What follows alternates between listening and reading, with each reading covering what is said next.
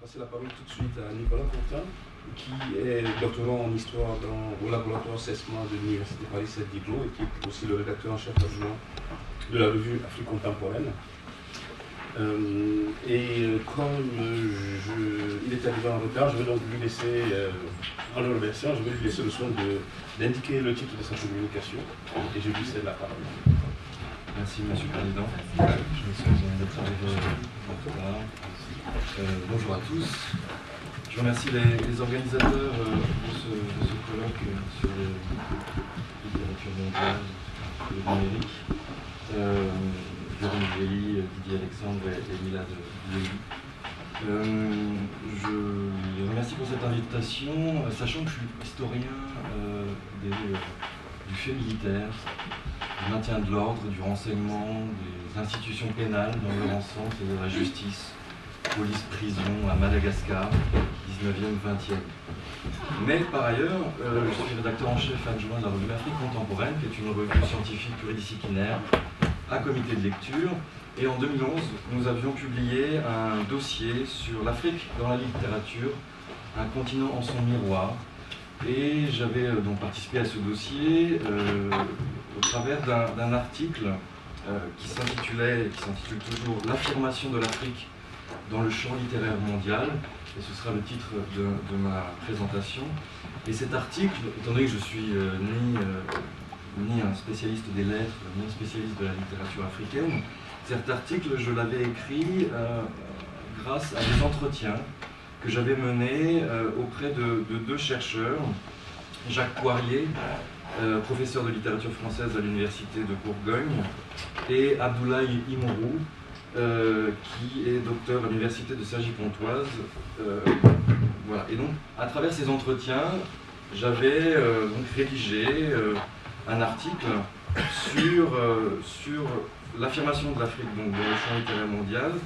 Et ma question, c'était de partir du postulat que l'Afrique n'était ni absente, ni laissée à la marge de processus multiples de mondialisation culturelle, de mutation du champ du savoir, de reconfiguration du champ littéraire mondial. Et au contraire, je m'étais aperçu, au travers de ces échanges que j'avais eus avec ces deux chercheurs qui avaient organisé en octobre 2011 un colloque intitulé « L'Afrique francophone dans le champ littéraire mondial, modalités et enjeux des stratégies de la norme et de l'écart ». À travers ces échanges, je m'étais aperçu qu'au contraire, en tant qu'objet et sujet de discours, l'Afrique occupe une place de plus en plus importante, de plus en plus affirmée dans le champ littéraire mondial. Et la seconde question était de voir comment l'Afrique était passée en l'espace d'un siècle du statut d'un continent hors littérature à celui d'un continent en position de dire ce que doit être la littérature, ce que doit être la norme littéraire à l'heure actuelle. C'était ma seconde question. Et d'une part, l'Afrique a longtemps été considérée comme un objet marginal des études littéraires, et d'autre part, qu'on ne reconnaissait pas aux auteurs africains la fonction octoriale, que la fonction octoriale, c'est-à-dire la fonction d'auteur, n'était pas reconnue aux écrivains africains.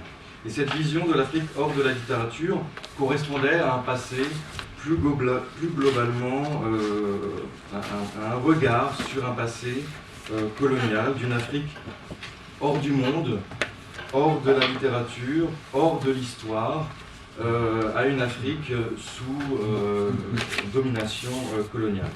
Et l'évolution de la littérature africaine dément en fait ce type de regard, ce type de vision, d'autant que les auteurs africains s'adressent de plus en plus explicitement au monde et non plus uniquement à l'Afrique, non plus seulement à l'Afrique.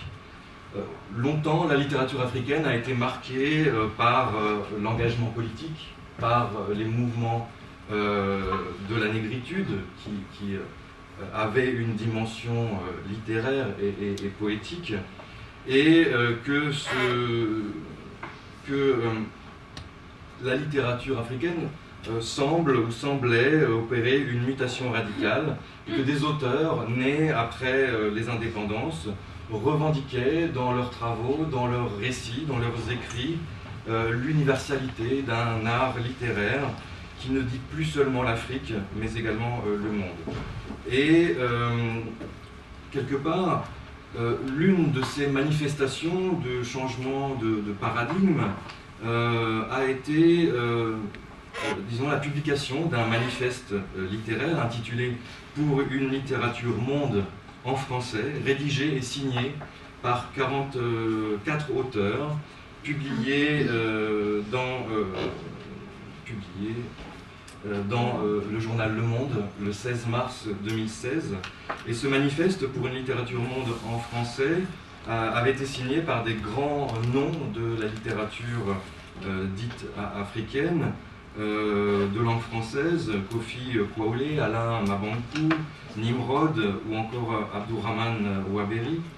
Et pour les défenseurs de ce manifeste, les défenseurs de ce texte, eh bien, ils considéraient que voilà, cet écrit, signé par nombre d'écrivains, marquait un moment historique, une véritable révolution copernicienne.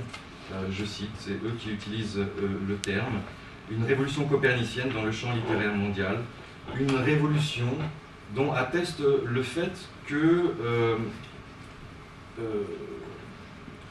des écrivains qui avaient reçu de grands prix littéraires avaient signé ce manifeste, le Goncourt, le Grand Prix du roman de l'Académie française, le Renaudot, le Fémina, le Goncourt des lycéens avaient signé ce manifeste. Et en plus, il avait été soutenu par une publication qui avait suivi en 2007 aux éditions Gallimard, publication collective sous la direction de Lebris et Rouault, pour une littérature monde que vous pouvez trouver dans toutes les bonnes librairies.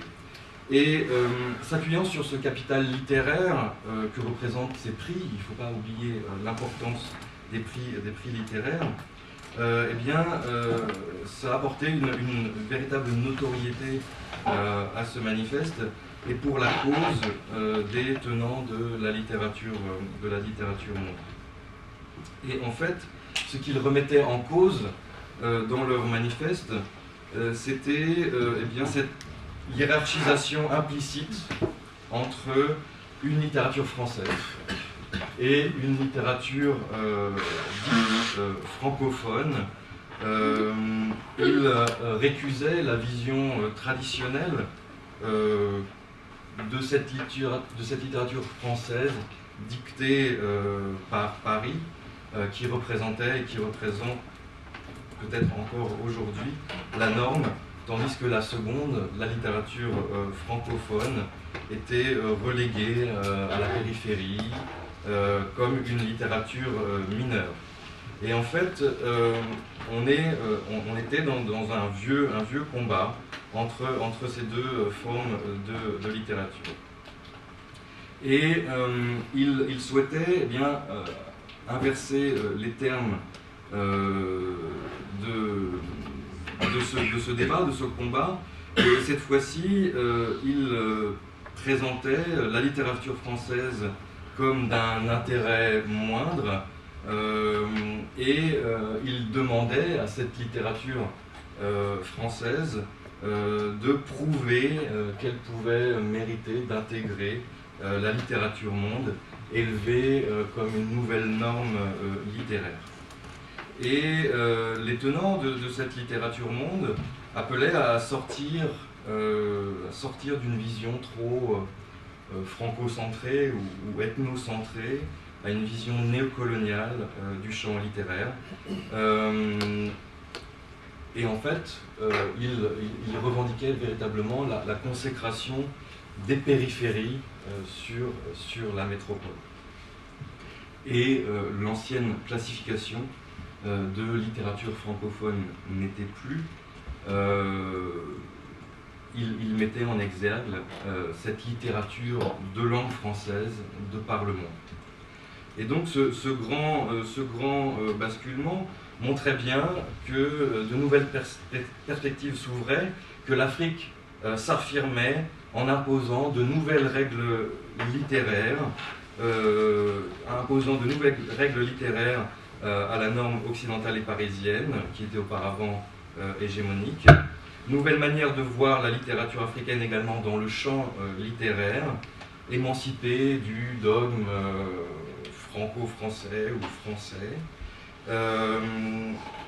Il mettait également en avant le fait que ces auteurs s'ouvraient à d'autres horizons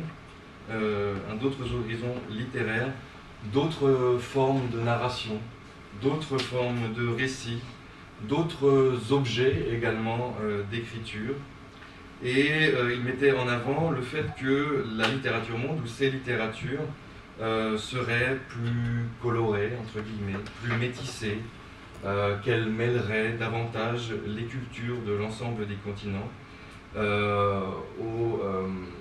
au regard d'une littérature française plus nombriliste. Et cette récente, parce qu'on est au milieu des années 2000, cette récente prise de conscience pourrait être perçue comme l'aboutissement d'un long processus qui, depuis les années d'indépendance, a vu émerger un champ littéraire africain de plus en plus autonome de la norme dominante dictée par l'ancienne métropole. Et on peut percevoir cette évolution ou ces mutations comme une forme de décolonisation progressive des esprits, des formes d'écriture, des formes narratives, dans les récits, dans la multiplicité des genres pratiqués par les auteurs africains. Et cette réappropriation par les auteurs africains de leur objet, de leur sujet, est également visible dans leur discours sur l'Afrique. Et c'était ce que ce dossier avait tenté de montrer et démontrer. Il est en ligne sur cairn.info en consultation gratuite, je le rappelle. Je me permets de faire un petit peu de pub pour ce dossier qui est un dossier assez ovni dans une revue scientifique, beaucoup plus tournée vers les sciences humaines et sociales, vers l'économie, l'histoire, l'entreprise, etc. Donc vous pourrez découvrir les contributions des différents auteurs de ce dossier. Et cette nouvelle approche de l'Afrique par eux-mêmes, par les auteurs, est peut-être également le signe de cette mutation du champ littéraire en Afrique. On peut, c'est vrai que je n'ai pas beaucoup incarné ce que je suis en train de dire, incarné ce propos, mais des auteurs comme Cher Anta Diop avaient déjà, à l'époque,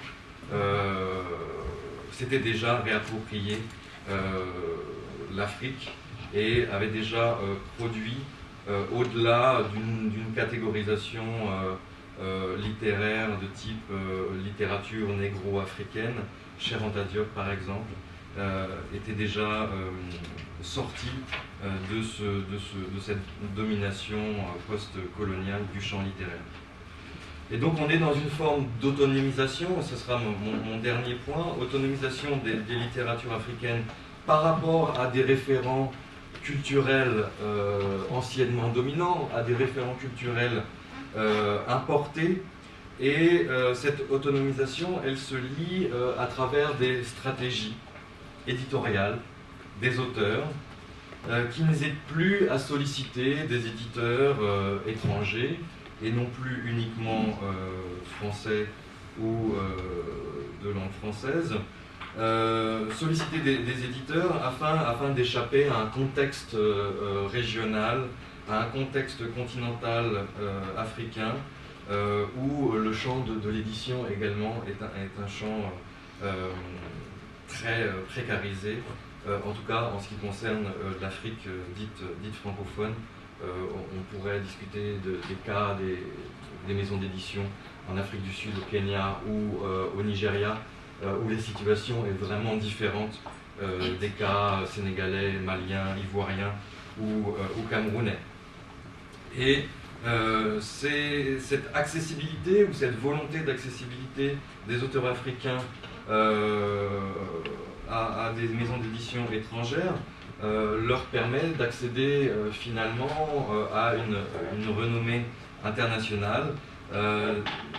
D'un autre côté, ces stratégies éditoriales peuvent mettre aussi en lumière le fait que cette autonomie n'est qu'apparente. C'est un petit peu le négatif de cette autonomisation, car les auteurs de langue française, qu'ils soient des Antilles, d'Afrique ou d'ailleurs, le plus souvent sollicitent néanmoins des maisons d'édition françaises.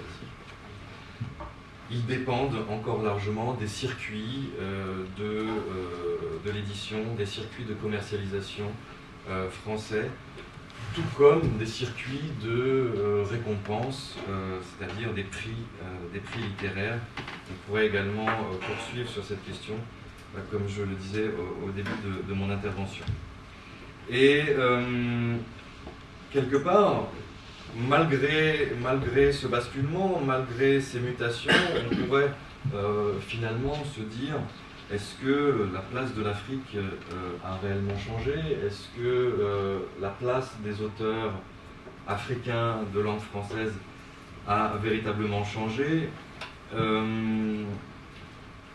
Quelque part, on peut l'affirmer en disant que oui, de grands auteurs africains, on pense tout de suite bien entendu à Alain Mabankou, qui n'est plus considéré comme un auteur africain, mais considéré comme véritablement un auteur de cette littérature de cette littérature mondiale. Certains, de par leur écrit, percent et arrivent à véritablement se faire une renommée internationale. D'autres publient uniquement dans des maisons d'édition nationales ou sous-régionales. Il y a de grandes maisons d'édition comme Ifriqiya, comme la maison d'édition Odette Maganga, ou d'anciennes maisons d'édition comme, je pense à Clé également. Mais malheureusement, elles ont du mal à arriver et à diffuser leurs ouvrages au-delà des sous-régions ou des cadres nationaux. Donc on est toujours quelque part dans une forme de dépendance éditoriale qui montre bien que cette situation de mutation, de basculement de la littérature monde ou de cette littérature africaine de langue française dans le champ littéraire mondial montre bien que cette situation reste encore très ambiguë et que malheureusement, ou on le verra peut-être dans l'avenir,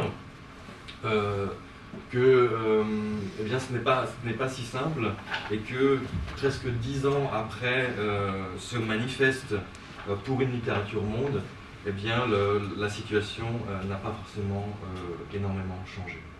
Voilà.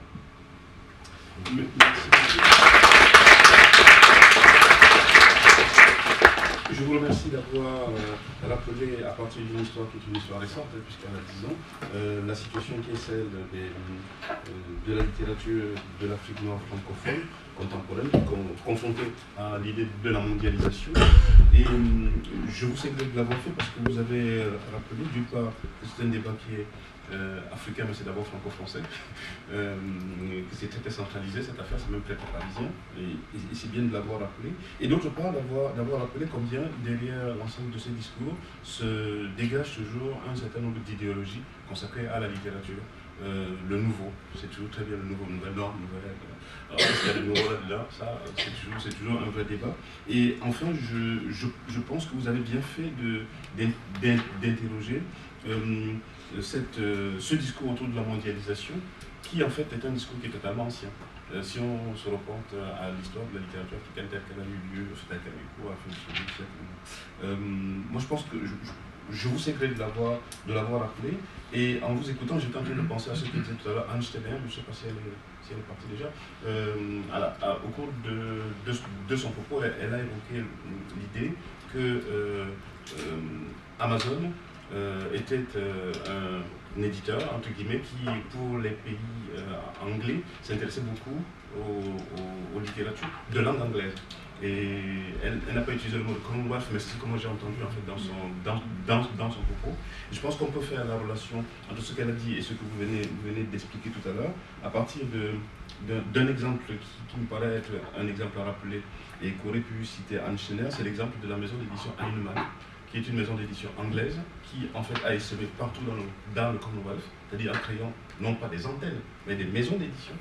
Et à partir de quelle maison d'édition on pouvait justement publier un certain nombre de textes littéraires, que ce soit au Canada, un peu, mais pas beaucoup, mais surtout au Nigeria, en Australie, en Nouvelle-Zélande, en Afrique du Sud, et qui avait bien sûr, n'est-ce pas, une volonté de créer une véritable structure économique qui était susceptible de pouvoir promouvoir la littérature et non pas faire comme dans le champ francophone, essayer de promouvoir la littérature avant la structure économique, ce qui est assez intéressant pour les comparaisons de mondialisation.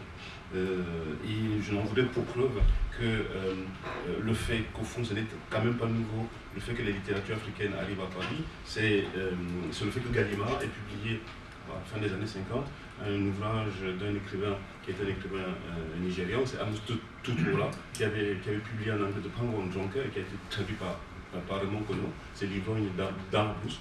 Donc en 2005, ils ont quand même peut-être 50 ans de retard sur l'évolution de cette littérature du point de vue de la mondialisation, mais c'est bien en fait de l'avoir appelé. Voilà. Donc je vous le dis pas, mais vous avez très bien compris que ça m'a passionné, c'est pour ça. Oui. J'ai une petite question. J'ai suivi le débat en 2006 autour de la littérature monde.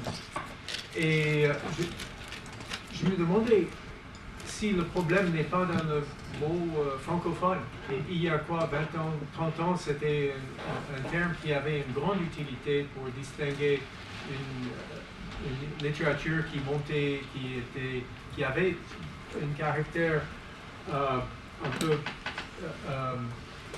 oppositionnel, si vous voulez. Mais maintenant, je me demande si ce terme, francophonie, le fait qu'on le veuille ou pas, une hiérarchie entre l'un et l'autre, est-ce que ça ne serait pas mieux de jeter ce terme et parler de la littérature française, et puis voilà. Bien, écoutez, je l'ai mentionné, et quelque part, l'usage du terme de littérature francophone implicitement caractérisait cette hiérarchisation entre littérature française produite en métropole, disons à Paris, pour faire vite, et littérature francophone produite dans les anciennes colonies ou l'ancien empire colonial. Et c'est vrai que le plus souvent, le terme de littérature francophone, ou en tout cas d'espace francophone de production littéraire, a été remis en cause, et même en sciences humaines et sociales, on ne l'utilise que pour désigner un espace linguistique de langue de partage, sachant que la plupart des personnes vivant dans ces pays dits francophones, 90%, 84% ne parlent pas véritablement français, à part peut-être le Sénégal et encore, mais et j'en doute, vraiment, sachant que les langues vernaculaires sont largement beaucoup plus parlées, n'est même pas parlé non plus des littératures africaines en langue vernaculaire, qui là ont un véritable marché porteur, éditorial, avec des modèles économiques qui fonctionnent très bien, comme la littérature yoruba au Nigeria, ou littérature en swahili dans l'ensemble de l'espace swahili en Afrique de l'Est. Mais c'est vrai que il faudrait peut-être abolir ce terme de francophone, au-delà de la francophonie qui est un organisme particulier, mais c'est vrai qu'on pourrait parler tout simplement de littérature française, même pas forcément de littérature en langue française, on n'a pas forcément besoin d'insister. Mais Vous voulez me dissoudre en Sorbonne, vous?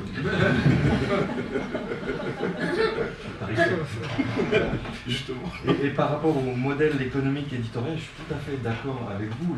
Les mondes, et là je vais être obligé de l'utiliser, mais le monde anglophone, anciennement l'ancien empire britannique et actuellement le Commonwealth, ont des modèles économiques éditoriaux qui sont beaucoup plus puissants, beaucoup plus importants, avec de véritables maisons d'édition, avec des filiales, des succursales. Moi je pense en termes de sciences humaines et sociales, Routledge qui est présent partout, de l'Afrique du Sud, en Inde, et avec plusieurs filiales en Inde même, dans différentes villes, alors que des maisons d'édition françaises, peut-être beaucoup plus jacobines, n'ont pas du tout à part peut-être des maisons d'édition de manuels ou d'ouvrages scolaires. Et en fait, c'est uniquement dans le domaine scolaire, primaire et secondaire, que les grandes maisons d'édition ont des représentations. Mais c'est vrai que c'est la pêche. Véronique, et vous. Et puis on va arrêter parce qu'il y a la table ronde après. D'accord. Merci beaucoup d'abord à tous les intervenants de ce matin et à vous surtout. Et je voulais juste intervenir rapidement pour éviter de dissoudre Romuald Fonfroy tout en respectant les suggestions que vous avez faites. Je pense personnellement que ça n'est pas la littérature française qu'il faudrait dire, mais les littératures françaises. Tout comme il faudrait remplacer l'idée de littérature anglophone par les littératures anglaises, lusophones par etc. Donc les littératures françaises, et je rappelle d'ailleurs qu'ici, à la Sorbonne, nous avons bataillé et obtenu gain de cause il y a déjà plusieurs années pour que le département, l'UFR, ne s'appelle pas comme dans d'autres universités de littérature française au singulier, mais littérature française au pluriel. On a déjà acté ça. On est toujours l'avant-garde. On est l'avant-garde à la Sorbonne, il faut le rappeler.